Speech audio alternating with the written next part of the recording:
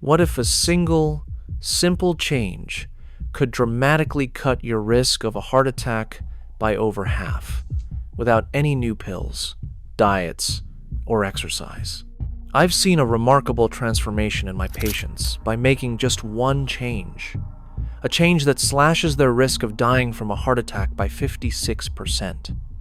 They don't take a new medication. They don't alter their dosage, add supplements, change their diet, or start a rigorous exercise program.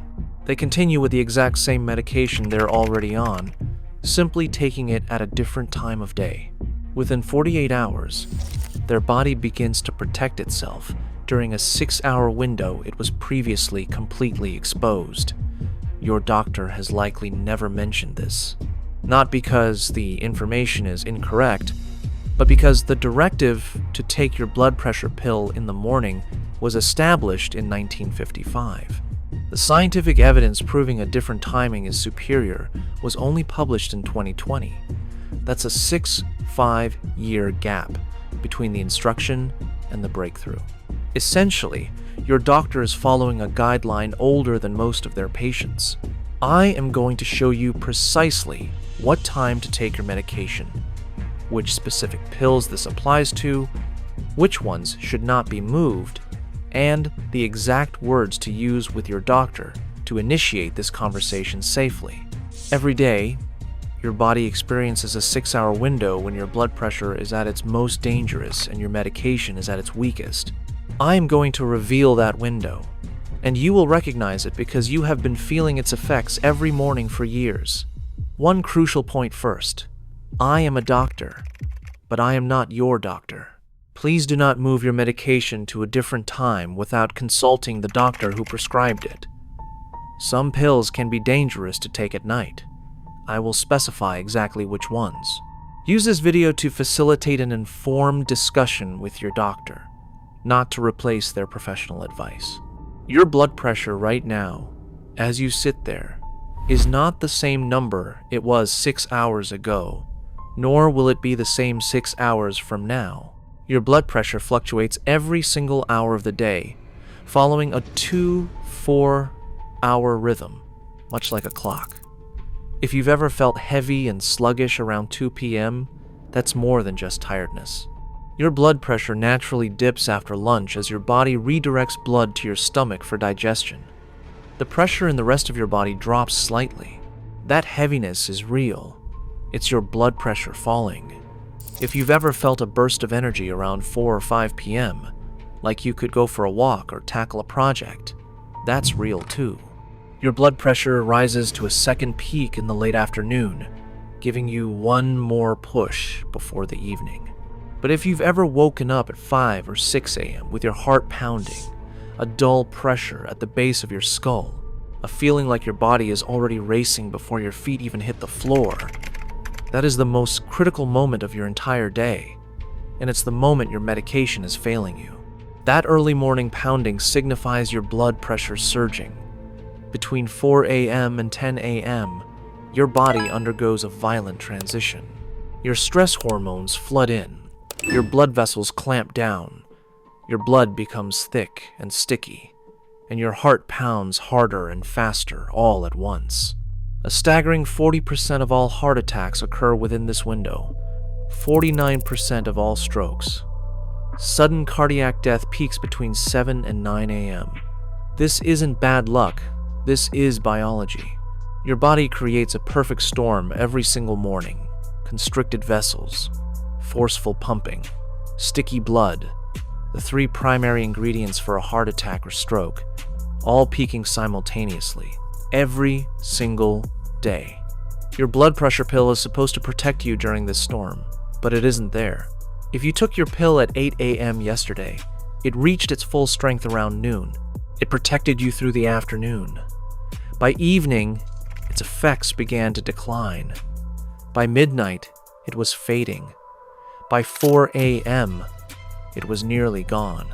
The storm arrives at 5 a.m., and the pill that was meant to protect you is at its lowest level in your body. It has been 20 hours since you swallowed it. It's barely present. You walk into the most dangerous 6 hours of your day with almost nothing in your blood to stop it.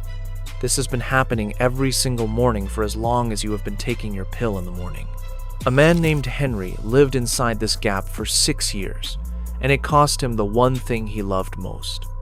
Henry was 68, a retired baker from a small town near Lancaster, Pennsylvania. For 40 years, he'd woken at 3 a.m. to fire his ovens, kneading dough by hand, sourdough, rye, pumpernickel. His hands could feel when the gluten was ready by the stretch of it between his fingers. He fed an entire town before most people opened their eyes. When Henry retired, his wife predicted he'd go mad without something to occupy his hands. She was right. He built a magnificent greenhouse behind his house, glass walls, wooden benches, a misting system he installed himself. He grew orchids, not the common grocery store variety in plastic pots, but rare, competition-grade specimens that bloom once a year if every detail is perfect. Temperature, humidity, light angle, the precise moment to prune. Henry's orchids won 3 regional awards. His greenhouse was his sanctuary.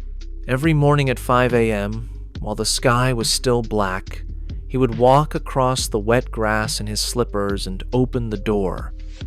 The air inside was warm and damp, smelling of earth and flowers. He picked up his tiny pruning snips, blades the size of a fingernail. He studied each plant with the same intuition he once applied to dough, by feel, by instinct, with the patience of a man who had spent a lifetime working before dawn. Henry took amlodipine, 10 milligrams, every morning at 8 a.m. with his coffee. His doctor always said his blood pressure was excellent. His 1 p.m. appointments consistently showed 128/82. What nobody knew was that at 5 a.m., his blood pressure was 185/110, because nobody measured it at that hour. The headache started 2 years ago. Every morning at 5 a.m., a vice-like grip would tighten around the base of his skull. Not sharp, but dull, heavy, like a hand squeezing the back of his head from the inside. His heart pounded so hard he could hear it in the pillow. His hands shook when he reached for his coffee mug. He went to the greenhouse anyway, picked up his pruning snips, and tried to trim a dead leaf off a stem the width of a pencil lead. His hand trembled. The snips slipped. He cut through a healthy stem on an orchid he had been nurturing for 14 months. Gone in 1 second. He put the snips down, walked back inside, and sat in his recliner in the dark living room, waiting until 9:30 a.m. for the headache to pass and the trembling to stop. By then, his pill had kicked in. By then, the morning was gone. This became his routine.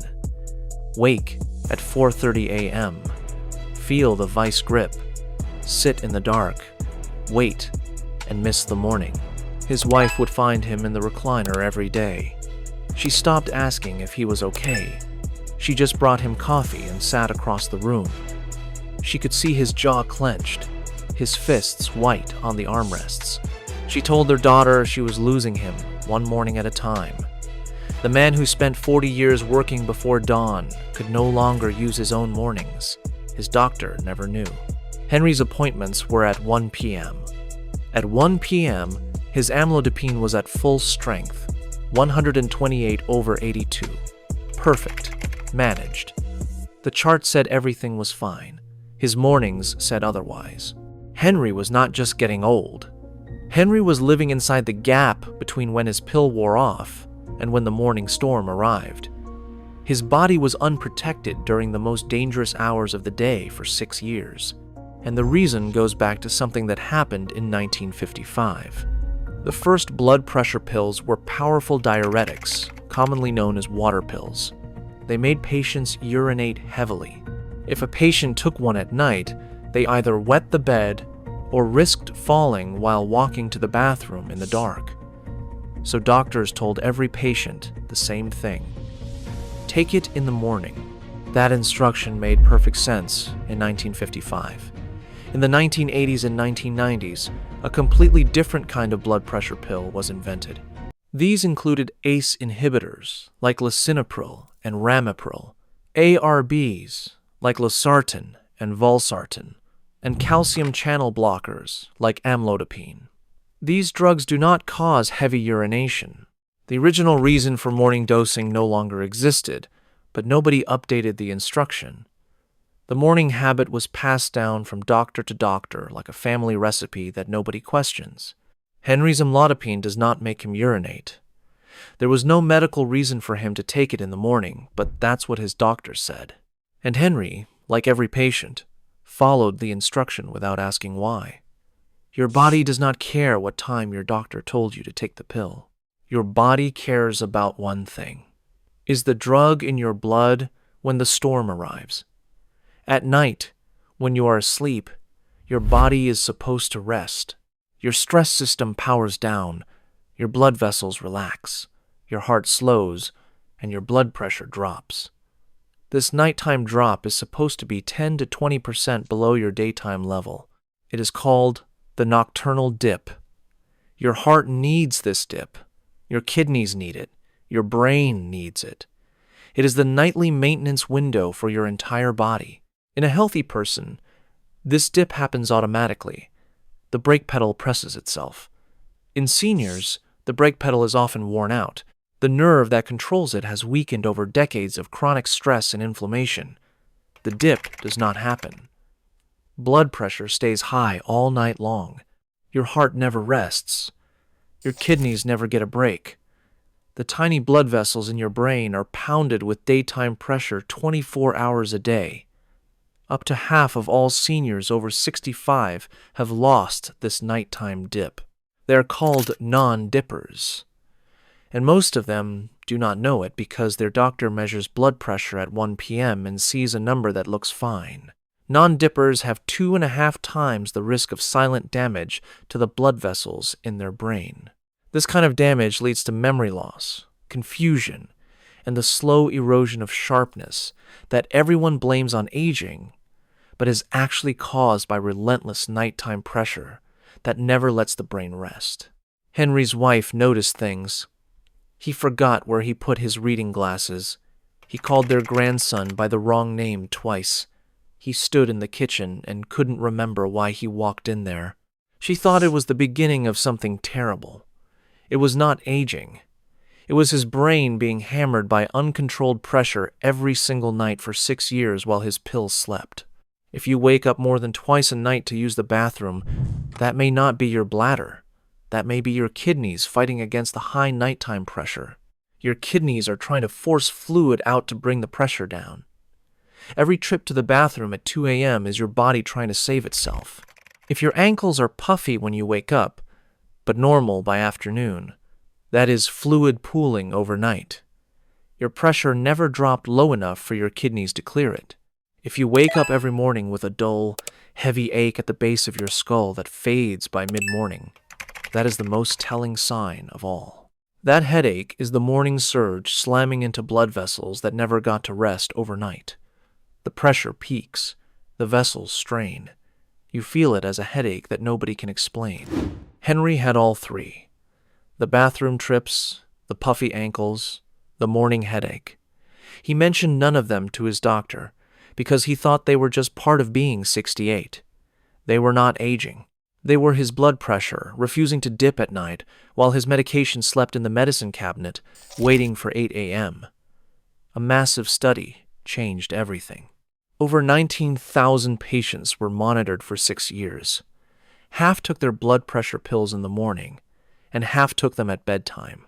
The bedtime group had 56% fewer deaths from heart problems, 49% fewer strokes, and 42% fewer cases of heart failure. Same pills, same doses, different time. Those numbers were so large that some doctors did not believe them. They said the effect was too dramatic, and the study was done in one region of Spain. Some questioned the methods. So, a second study was done in the UK. Over 21,000 patients were monitored for 5 years, comparing morning versus evening dosing. The result was different. No significant difference in heart attacks and strokes between the two groups. Two major studies produced seemingly contradictory results, yet they both offered crucial insights.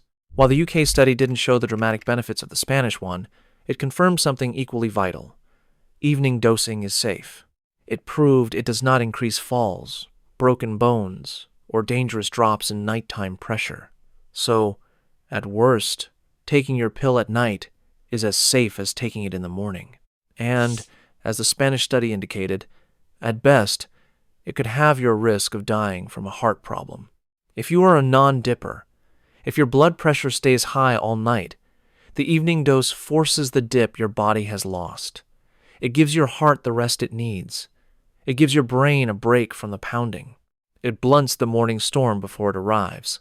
The change takes 48 hours to show up on a blood pressure monitor. You take the pill tonight. Tomorrow morning, you check your number. It is already different. Not every pill should be moved to evening. This matters. ACE inhibitors like lisinopril and ramipril, ARBs like losartan and valsartan, and calcium channel blockers like amlodipine are the pills that benefit most from evening dosing. They block the specific hormones that peak while you sleep and surge in the early morning. Taking them at night puts the drug at full strength during the exact hours your body needs it most. Water pills are different. Hydrochlorothiazide, furosemide. These make you urinate. Taking them right before bed means getting up multiple times in the dark. Getting up fast while your blood pressure is low from the pill is how seniors fall. A broken hip after 70 has a 20 to 30% chance of death within a year. If you are on a water pill, ask your doctor about taking it at 4 or 5 p.m. instead. The bathroom trips will finish before bed, and the blood pressure effect will carry through the night. Beta blockers like metoprolol slow your heart. Your heart already slows naturally at night. Taking a beta blocker at bedtime can slow it too much. That decision belongs to your doctor. Go to your medicine cabinet. Look at your pill bottles. Find the ones I just named. If you see lisinopril, ramipril, losartan, valsartan, or amlodipine, those are the ones to ask your doctor about moving to evening. Say these exact words at your next appointment. Doctor, I have been tracking my blood pressure at home, and my morning numbers are much higher than my afternoon numbers. I am concerned that my medication is wearing off before the morning surge. Would it be safe for me to take my lisinopril at bedtime? I am happy to monitor my numbers at night and in the morning to make sure nothing drops too low. Those words show your doctor you have done your research. They respect the doctor's expertise. They give the doctor the opening to say yes or to explain why your situation is different. If your doctor says no, do not argue. Say this: I understand. You know my history best. Would it make sense to do a 2-4-hour blood pressure monitor to see what my body is doing while I sleep? That way, we would know for sure. A 2-4-hour monitor will show your doctor exactly what your blood pressure does at 3 a.m. The numbers will speak louder than any conversation. 4 things are destroying your nighttime blood pressure right now. First, aged cheese before bed. Cheddar, Gouda, blue cheese, the cheese you eat at 8 p.m. watching television. Aged cheese contains a natural chemical that forces your nerve endings to release stored adrenaline into your blood. Your vessels clamp, your heart rate jumps, and the crucial nighttime dip is erased by a snack you thought was harmless. This can add 5 to 10 points to your overnight pressure. If you enjoy cheese in the evening, switch to fresh varieties such as mozzarella, ricotta, or cottage cheese, which do not provoke this adrenaline release. Second, sleeping flat on your back. When you lie completely flat, gravity pulls the soft tissues in your throat backward, narrowing your airway. Your oxygen levels subtly drop, causing your brain to panic and activate its alarm system. This leads to an adrenaline spike, vessel clamping, and a surge in heart rate. This can happen 20 to 30 times an hour without your knowledge. You wake up exhausted with a pounding head, attributing it to aging. Instead, try sleeping on your side or using a wedge pillow to keep your head elevated. This keeps your airway open and silences the alarm. Many seniors report improvement after the very first night.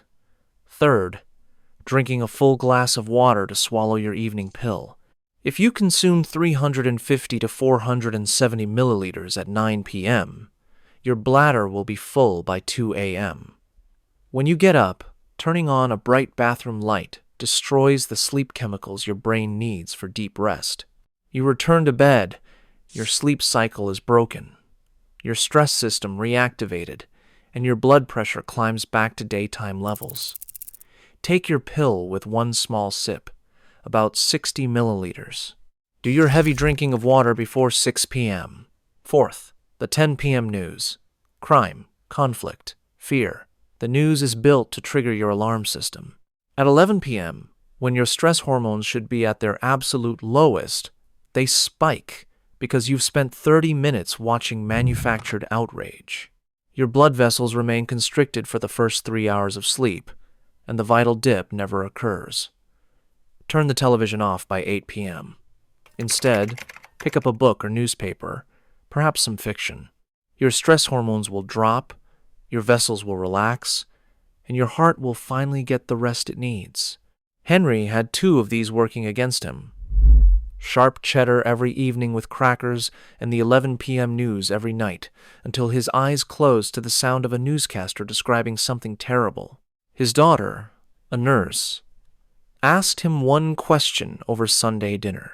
"Dad, what time do you take your amlodipine?" He said, 8 a.m. with my coffee. Haven't missed a day in 6 years. She asked, "Do your headaches start 5 a.m. every morning?" She put her fork down.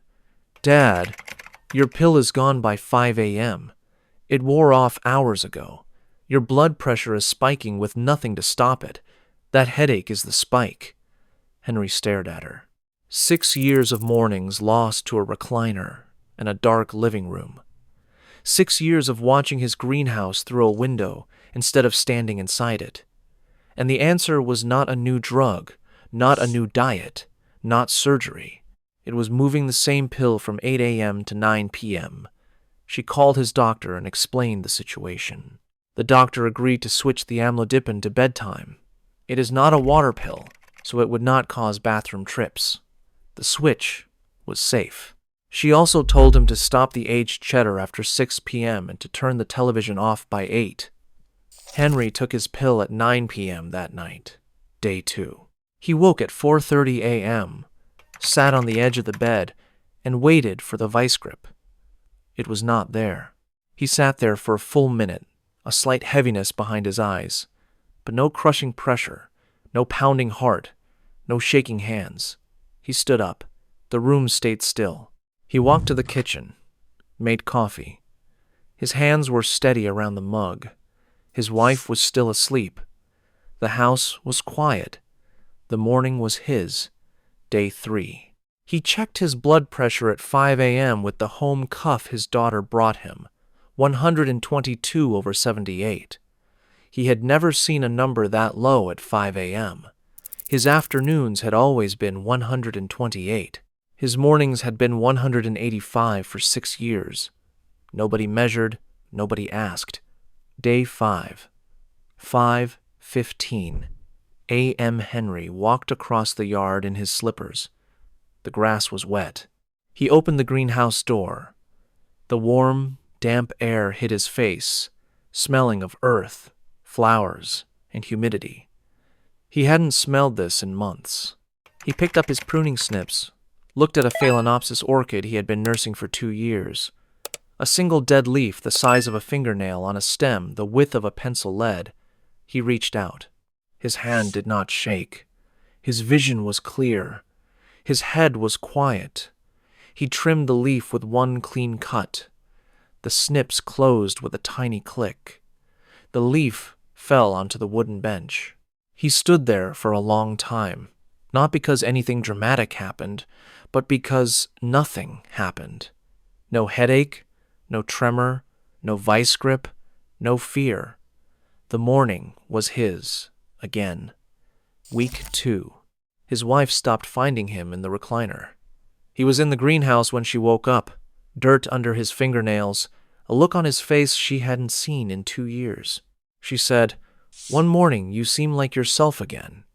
He looked at her and said, "I am." His daughter called to check on him. She asked about the headaches gone, the bathroom trips at night down from 3 to 1, the puffy ankles he could see his ankle bones again in the morning. She said, "Dad, that means your blood pressure is finally dipping at night. Your heart is getting to rest for the first time in years." He said, "All I did was move a pill." She said, "That was all it took." Week 3. Henry noticed something he had not expected. He remembered things. His reading glasses were where he left them. He called his grandson by the right name without pausing. He walked into the kitchen and knew exactly why he was there. His wife noticed before he did. She stopped finishing his sentences for him. She stopped reminding him of appointments. She did not say anything about it directly, but one evening she looked at him over dinner and said, "Your eyes are different." He said, "What do you mean?" She said, "They are clear." His brain was resting at night for the first time in 6 years. The pounding had stopped. The tiny blood vessels that feed his memory and his focus were finally getting the low-pressure maintenance window they needed. The fog was not aging. It was nighttime pressure, destroying his brain 1 hour at a time. At his next appointment, Henry brought a notebook, 2 columns, morning readings and evening readings, 2 weeks of data. His doctor looked at the morning column, 122, 118, 124, 120, 126. He looked up from the notebook. "Henry, these are the best morning numbers I have ever seen from you." Henry said, "That is because you have never seen my morning numbers before. You always measured me at 1 p.m. His doctor ordered a 2 4-hour blood pressure monitor.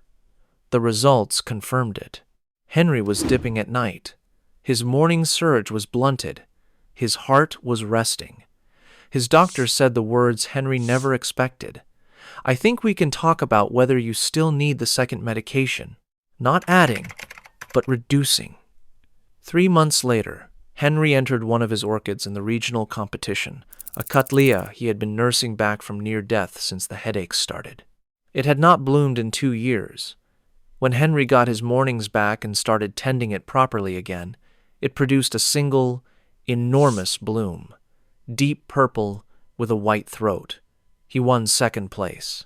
When they handed him the ribbon, his hands did not shake, his head did not pound, his vision did not blur. His wife was standing next to him. She was not holding his arm. She was not asking if he needed to sit down. She was not finishing his sentence when someone asked him about the orchid. She was just standing there watching her husband be the man she married, the baker who worked before dawn, the gardener whose hands could feel when something was ready. Henry did not just move a pill. He got his mornings back. He got his mind back. He got his hands back. He got his wife's respect back, all from the same pill he had been taking for 6 years, simply taken at a different time. Imagine your next morning. You wake up at 5 a.m. No headache, no pounding, no pressure behind your eyes. You check your number and see something you have never seen at that hour. You bring 2 weeks of morning readings to your doctor. Your doctor looks at them and says, "These are the best morning numbers you have ever had." Your spouse stops treating you like glass. Your children stop whispering about your health in the other room. You walk outside before dawn and the morning belongs to you. Not to a recliner, not to a dark living room, but to you.